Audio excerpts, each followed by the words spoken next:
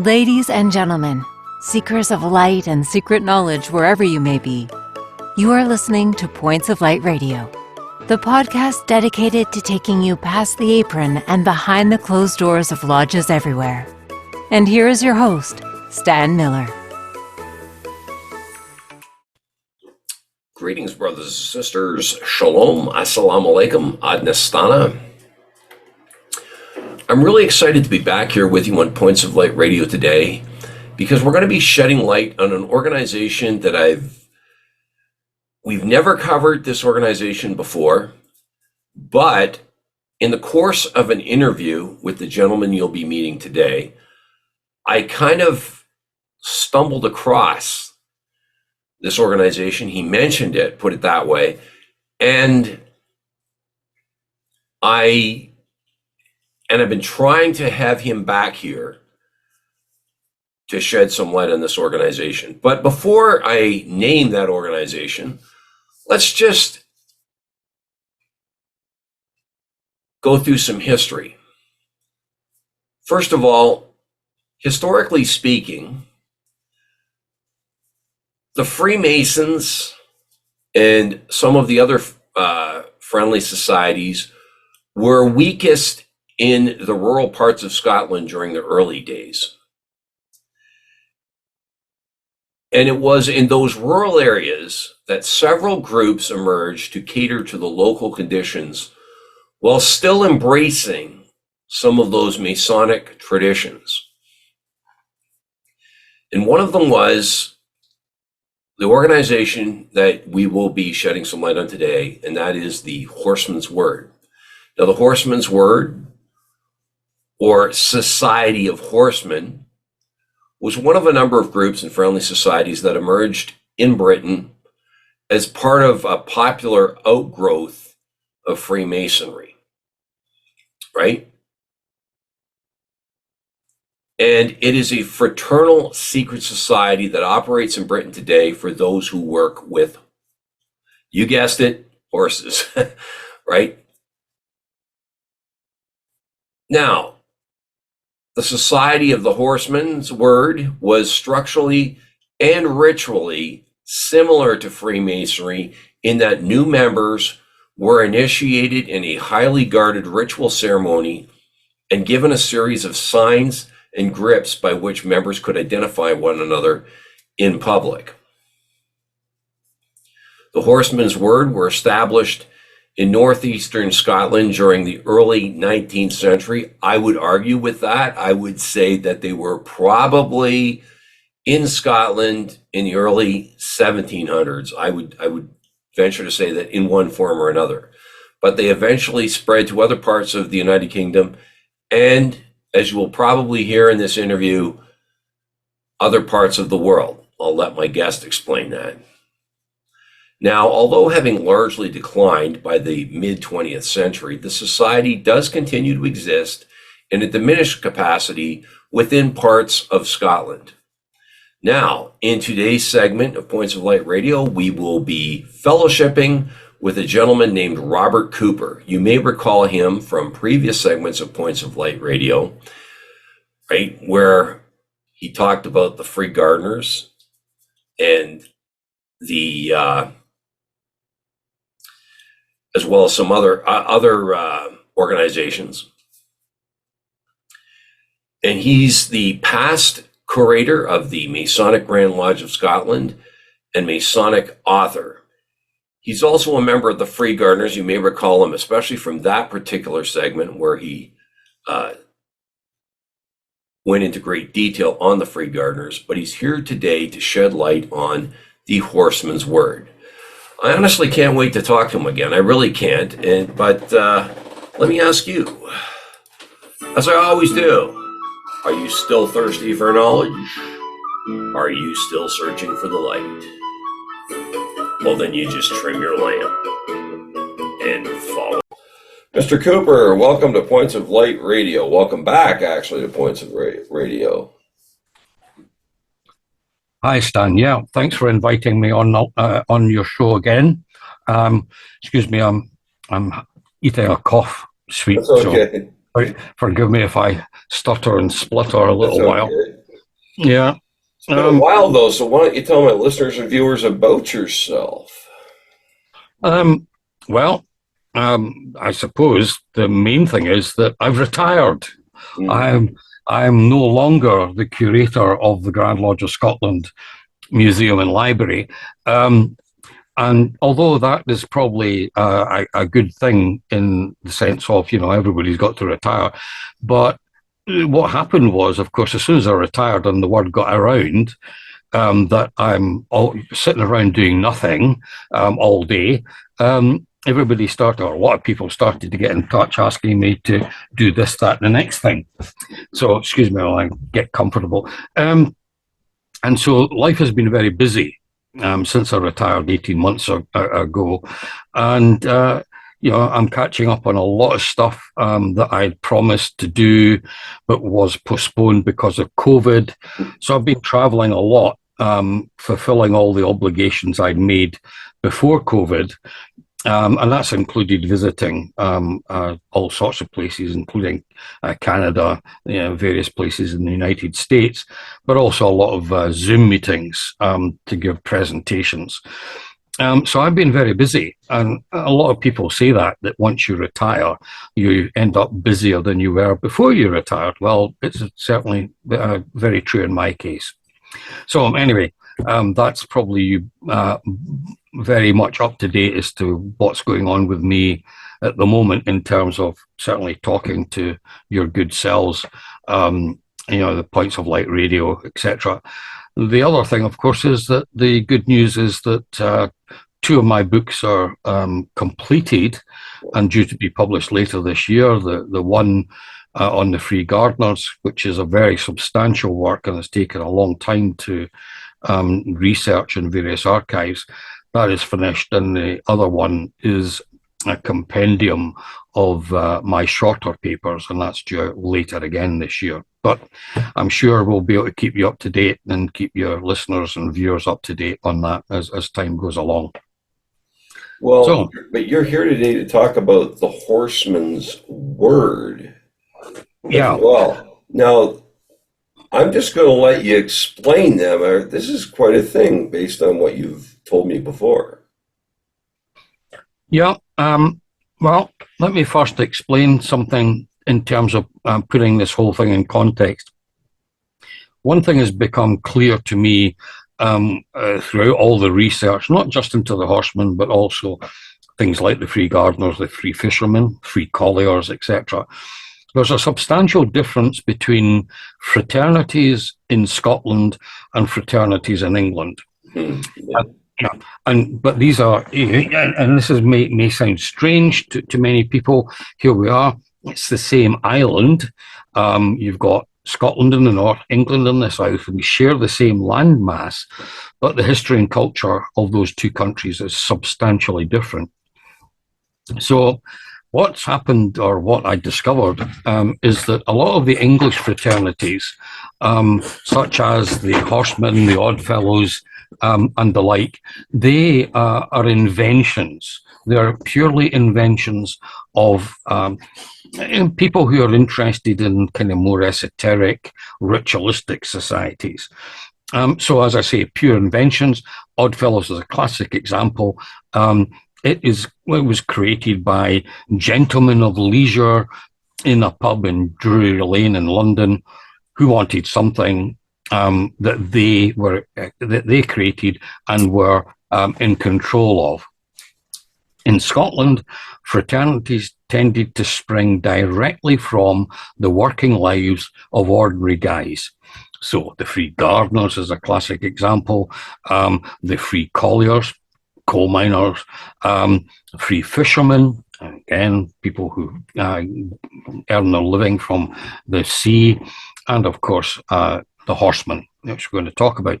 So in that sense, these organizations that are of Scottish origin tend to be grounded in the daily working lives of ordinary people, ordinary working men, whereas Oddfellows, Druids, etc., are invention. And that's a substantial difference because it perhaps means that, the basis of it is different. One could be described as being fictional fantasy in the case of England, but in Scotland, it's very much grounded on day-to-day life. Although there's still esoteric content, but it's the basis of the two are very different. So let me, having given you that kind of introduction as to the differences between the two countries, let me give you the story that really got me interested in the Horseman. And I have to say that this is a story as related to me.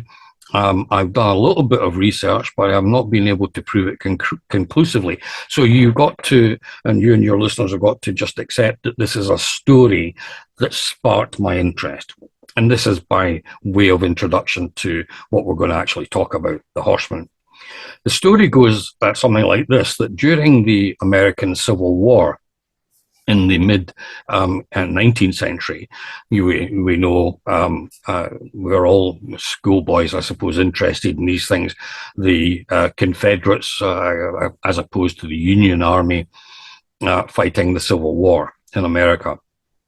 What the Confederate Army was extremely well known for was its mobility. Its ability to get from A to B very quickly, and that quite often meant in military terms that they were ahead of the game. They were able to outmaneuver the Union forces because of their agility. This agility came from the fact that many of their light infantry or light fighting men were horseback. And so they fought on horseback, they maneuvered on horseback, so they traveled on horseback, whereas the Union Army tended to be infantry, foot soldiers, and so this gave the Confederate Army an advantage in terms of time and maneuverability. Now, what the Union Army appeared to have decided to do to counter this, it's almost like an arms race. One side has got an advantage, the other side tries to negate that advantage. And the way they decided to negate that advantage was to kill as many horses used by the Confederate military. So they didn't aim for the rider, they aimed for the horse. The idea was kill a lot of horses. The Confederates then do not have the advantage of being able to travel fast and light and outmaneuver the Union forces. So, this went on for some time, and the Union Army did not notice any reduction in the ability of the Confederate forces to they didn't slow them down. So shooting horses on a regular basis in great numbers did nothing to reduce the Confederates' advantage. Ultimately, the Union Army sent spies to find out exactly what was going on behind the lines. And what they discovered was that the Confederate Army had a squad of Scotsmen who were horse breakers. They were the men who trained the Confederate cavalry, the Confederate horses, but they did so a completely different way from that which you see in the modern movies, where you have got a bronco on a horse that he physically breaks the horse to a point where the horse is broken mentally and physically and is under the complete control of the rider. What these Scotsmen, it was discovered, were doing was they were breaking the horses psychologically, and they were using, in particular, a certain number of words and phrases and certain actions that broke the horse to the will of the Confederate military. How that was done, of course, is part of the story of what the Horsemen did. The rest of this story about the Confederates as compared to the Union Army was that the Union Army, in order to redress the balance of power, sent to Scotland for their own horsemen almost like the horse whisperers, I suppose. I'll mention that again now it's popped into my mind. But so they sent to Scotland for their own horsemen. And by that means, they too were able to break horses as fast as they could be killed. And so the balance of power between the Union and Confederate forces in terms of their horseback maneuverability was rebalanced or readdressed. Now, interestingly enough, the Confederate horsemen came from the northeast part of Scotland, whereas the Unionist horsemen came from the southwestern part. So these horsemen came from different parts of Scotland, and for that reason would not be known to each other. In particular, wouldn't be known to each other. They may have known about each other in terms of groups in general, but they didn't know each other personally. I think that was perhaps quite a telling point. Now, when I heard that story, I thought, that sounds a little bit fantastic. As a kind of hard-headed historian, the story sounds a little bit fantastic. But then I came across the book, The Horse Whisperer, which became a movie in which Robert Redford plays a horse whisperer who is using similar techniques in order to try and repair an injured horse and trying to get an injured horse back to full health. So when I read that book and watched the movie, I thought, well, there sounds to be an element of truth in that story, given the fact that there's a book written about it based on an actual event. So I thought, well, this is obviously worthwhile investigating. So that brings us right up to the point of, well, what is the horseman? What do they do? What were they? Who were they? Etc. Etc. And what we now know, and this is where things are become a little bit difficult, unlike the other fraternities in Scotland, like the Freemasons, the Free Colliers, etc., the horsemen were not fixed because this is an outdoor activity. Remember, the horses are outdoor. So they didn't have lodges as we would understand them today in terms of Freemasonry. So there are no minutes as such. There may have been records of meetings, but it was certainly nowhere near as formal and as kind of regimented as we are in the modern Masonic world. What this did, and this is again very similar to what the Free Gardeners, Free Fishermen, etc. were doing, is they're passing knowledge, working men's knowledge, from one generation to the next. Now, we as Freemasons in Scotland, stonemasons, of course, in the 16th century, 17th century, they are passing on their knowledge of stonemasonry, its esoteric content, via ritual. Freemasons did the same, Free Gardeners, etc., are doing the same. But that ritual, and all these organizations have a ritual which is written down, and we can examine it, research it, interpret it, although sometimes understanding it is not all that easy. Whereas when it comes to the horsemen, there is the problem. Because there are no fixed places like lodges where they conducted their activities, there are no records and very little in the way of ritual. So what we have has actually come down to us through an oral tradition. And many academic historians poo-poo oral history because it's inherently unreliable unless safeguards are put into place when studying oral history. Fortunately, today there are a few horsemen who are still alive and who are able to explain the ritual. Before we do any of that, and I have to say that I'm not going to reveal any of the innermost workings of the horseman, because I don't think it's for me, or indeed anyone else, to reveal the secrets of an organization of which I have not taken an obligation as a member.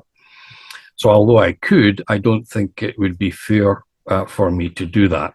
So in the same way that a Freemason is obliged not to reveal the secrets, and this is despite the fact that you can go online and find everything you want to know about the obligation and all the rest of it. Anyone can go and find that for themselves. I took an obligation not to do so.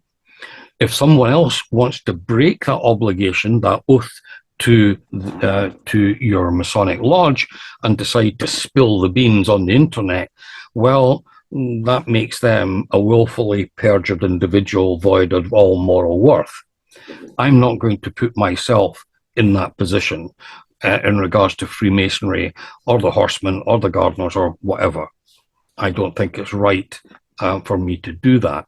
In other words, I believe that my word is my bond, certainly of organizations of which I'm a member. So the Horsemen are transmitting knowledge, the same as the stonemasons, the gardeners, etc., are transmitting knowledge from one generation to the next. Got to remember that these organizations in Scotland the members rely on their activities as members of these fraternities for their living. So if they don't have the knowledge gained from others, earlier generations within the fraternity, they would not be able to make a living at the trade in which they're part of the fraternity of. And that's a fairly general, I'm not going to get into great detail, but essentially a good example is that if I'm a stonemason in 17th century Scotland, unless I'm a member of a lodge, I'm much less likely to be able to make a living as a stonemason. The same goes for these other fraternities. The Horsemen, of course, is another example of that. The Horsemen, in many ways, are quite special because they existed in an age where the horsepower, and this is where we get the term, from an automobile engine, we say how much horsepower does it have? That is how many horses does it have under the bonnet of the vehicle. That comes directly from how many horses it took to plough a field of a certain size, etc., etc. So the Horsemen made their living from using horses on the land. There were no tractors or other mechanized equipment to allow them to work the land. The muscle power came from the horses, whether that was ploughing, raking, I suppose, all the activities related to growing things on the land. Now, so the Horsemen rely on horses, or they rely on horses being broken to give to farmers, and that's how farmers made their living, by selling the produce of the land onto other markets. So what did the Horsemen actually do? And of course, now you'll notice that I've said that the Horsemen were not farmers. Well, they weren't. Farmers were the people who owned or rented the land.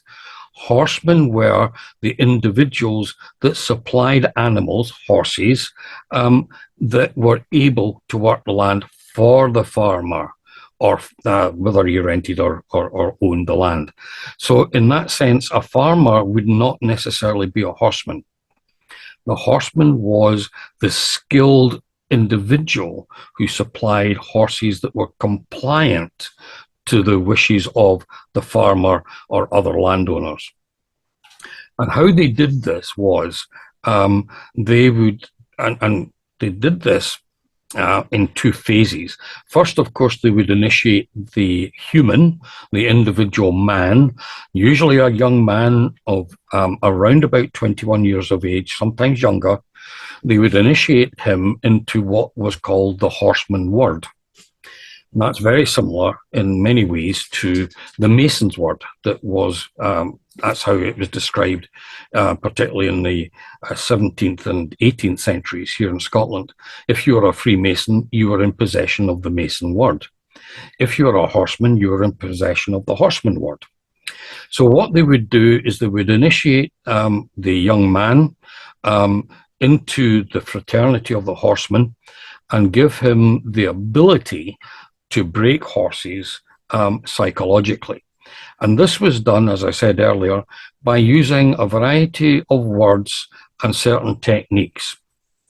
And what they had to do in order to achieve that aim was, and I can explain this to you very simply, it relied on trust. That is, trust between the horseman and the horse. And this was the secret that was conveyed from one generation of horsemen to the other. How to create the trust between human and horse in order for the horse to completely understand and obey the commands of the horseman. And the ultimate, and we've got photographs of this, and I wish I'd thought to show you this, but the ultimate test or proof that a horseman had passed his initiation ceremony was for a Clydesdale horse, and this is the biggest horse, certainly in this part of the world. This is the largest, heaviest horse that was used to work the land, certainly in the period we're discussing, right up until, let's say, the late 19th century. This is the biggest, heaviest horse, therefore the strongest, could pull the biggest load, could plough the most in terms of distance and over time, etc., etc. This horse was expected, and this is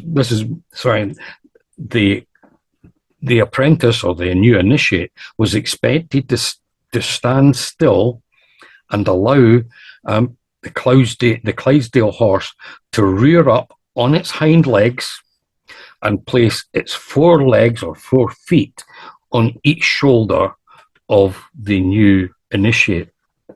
Now, when the Clydesdale horse reared up on its hind legs, it was about 2.5 times as tall as a man. So this is a very, very large animal, an extremely heavy animal. And the apprentice or the initiate had to trust that the horse was not going to hurt him in this process of proving that both the human could trust the horse and the horse could trust the human. And what happened was that, with this mutual trust, by laying the 4 legs or the 4 hooves onto the shoulders of the initiate, that was cemented the bond between horse and animal. Now, that was more for the proof of the other horsemen attending the initiation than for other horses that went through the same process. Not every horse had to actually do this. This was really just for the transmission of the knowledge from one generation of horsemen to the next. So this was and this to us today is probably an extremely bizarre thing to do, probably because we're not as in tune with the natural world as we once were. But this is what people regularly had to do in terms of working with the animals with whom they were in partnership. A similar situation existed with dogs, especially large dogs, particularly rescue dogs. And I suppose we all know about the St. Bernard's dog with the stereotypical barrel of brandy around his neck. Something similar seems to have gone on there, and I'm just going to say it appears that something similar went on regarding these dogs known as horse whisperers, but I think that was a very European version of the horseman's word. So, to all intents and purposes, the fraternity of the horsemen is very similar in many ways, but sadly it's very deficient in other ways in terms of we don't have much material with which to work. What we do have is oral histories provided by living or then living horsemen who confirm virtually all of what the horsemen had to do in order to be accepted into the fraternity. What I will say is that sadly, because the horsemen are no longer required, certainly in the numbers they once were, and most of the working of the land is done with mechanical devices now, tractors, etc. The need for horsemen is very low indeed. And in fact, I think in the northeast of Scotland, there is only one living horseman. There are more in the southwestern part where they came from as well.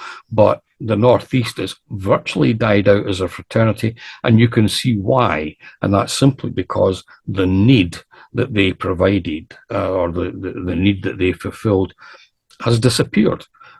We don't need horses to plough land anymore, except for perhaps a display of forgotten crafts and things like that. And I think that's the only reason it survives. I hope that that was of some interest to you, Stan. It gives you some small insight into the world of the horseman. Sadly, a small, shrinking world of the horseman. But if you found that interesting, I'm sure that perhaps at a later time, perhaps in a more closed session, I could probably find out, or I could find a way of giving you some more of the esoteric elements, shall we say, that your guys might find interesting. Anyway, I hope you found that helpful, and thanks again for inviting me along. If there's any questions you have, by all means, fire away, and I'll see what I can do to answer them. Yeah, well, so like you say, they didn't meet in traditional lodges, but you say they're still maybe active in the southwest of Scotland, you said?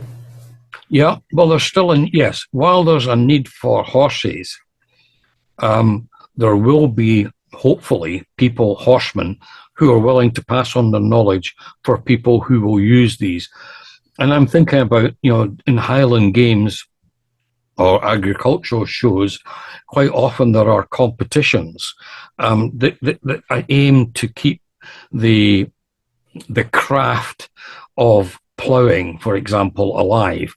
And so you will have very dedicated farmers and others who try to keep the ability to plough the land alive, and therefore they need to have horses. Obviously, that gives a space for horsemen to provide their services. But where I think they could be used, maybe still are being used. I watch these British cavalry regiments walking in these parades and stuff. Do you suppose maybe the horse guards and so on could possibly be using them? That's an intriguing possibility. They have a real control over those ones. Yeah. Well, the guys you see in horse guards parades, trooping of the colour in London, etc., they would be prime candidates to make use of the horsemen. And I didn't think about that, because here are things like the Royal Scots Greys. It's a famous Scottish regiment that only had grey horses. Of course, they are now a tank. They're now a tank corps. When tanks came along, cavalry virtually disappeared. So, yeah, you're right. I never thought of that angle, frankly. I will need to see if any of my contacts in London have got any contacts in that particular branch of the army, and see if we can find out. That's the kind of stuff that historians live for, researching these kind of little highways and byways of history. Oh man, that is very interesting. Any plans for new books? Well, I'm taking a little bit of a break, because those two books have taken up a lot of my time, and I've got all these obligations that I was telling you about postponed because of COVID, which I will be fulfilling, particularly over the summer months, because it's nice weather. Writing books is usually something that I do in the winter when it's dark, miserable, and wet and cold here in Scotland, whereas in the summer, that's when I like to get out and about. So, yes, later in the year, I will be starting on something else. But, I haven't agreed the details with the publisher yet, so I better not say anything about that. So, Where is your book on the Free Gardeners available? it should be, I'm told, it should be available early July. Excellent. Excellent. Well, Mr. Cooper, I appreciate your time today, and I hope to have you back to talk more about these books you're writing, because this is wonderful, and keep me posted on anything you find on the Horseman. Yeah, sure, I will do. My apologies for all the mix-up over times, etc., etc. It's just the way it is, you know. Sometimes family and domestic animals can control your life, you know. So that was one of those days. Thank you again, sir. Okay, my pleasure. That was Robert Cooper, brothers and sisters. Isn't that interesting, having him back again? Great seeing him again as well. Such a wealth of knowledge when it comes to especially Scottish fraternalism. You know, I do find it interesting that the differences between Scottish fraternalism and fraternalism, not just in England, but in the rest of the United Kingdom. It seems to be, based on this conversation, that fraternalism kind of developed local characteristics, not just in different parts of the United Kingdom, but from what I'm seeing as well, differences between the United Kingdom and the rest of Europe. And of course, once fraternalism arrived in North America, it certainly developed a local flavor of its own. And that is something, maybe perhaps I've stumbled across a topic for a future segment of Points of Light Radio, something we'll have to look into a little further. One of the big things I learned from this conversation is that when we discuss the history of these different fraternal organizations, we must remember how far they go back, okay? Much of the history has been lost over the mist of time, and one of the reasons, quite simply put, is what Mr. Cooper cited, that much of their history was not written down. It was handed down through oral tradition. Okay, so that's quite interesting. But that's what Points of Light Radio is here to do. Okay, is to help preserve that history, right? And I want to believe we're doing a good job of that, don't you? We'll definitely have to have Mr. Cooper back just to discuss his books. I want to look more into some of his literary works, right? But that's all we really have time for on this particular segment. Before I go, I want to remind you that this podcast is available on both YouTube and Spreaker. Please share, like, and subscribe when viewing Points of Light Radio on YouTube. You can follow Points of Light Radio on my Facebook page at facebook.com/Points of Light Radio. My Twitter handle is at PO Light Radio.